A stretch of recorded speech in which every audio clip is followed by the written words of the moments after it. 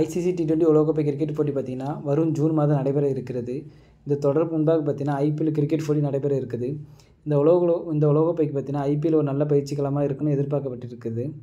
கடந்த 2013 ஆண்டு பிறகு பார்த்திங்கன்னா இந்திய அணி ஒரு முறை கூட ஐசிசி கோப்பையை வெல்லாமல் இருக்கிறதுனால ஜெயிச்ச ரசிகர்களும் ஒரு முறை இந்திய கோப்பை வெல்லும் என உறுதியளிச்சிருக்கிறாரு.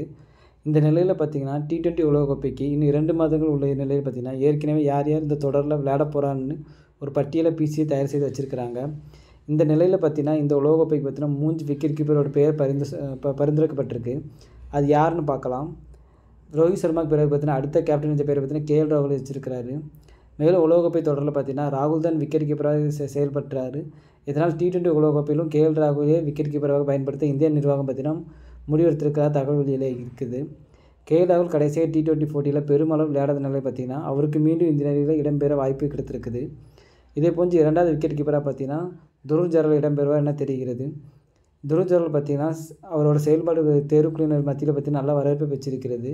அது மட்டும் இல்லாமல் இங்கிலாந்துக்கு எதிரான டெஸ்ட் தொடரில் பார்த்திங்கன்னா விக்கெட் கீப்பராக அவர் செயல்பட்ட விதமும் அதே மாதிரி மட்டும் குல்தீப் விக்கெட் எடுக்க பார்த்திங்கன்னா அவர் சொன்ன அட்வைஸ் அனைத்தும் பார்த்திங்கன்னா ரசிகர்கள் மத்தியில் பெரும் கவனத்தை ஈர்த்திருக்குது.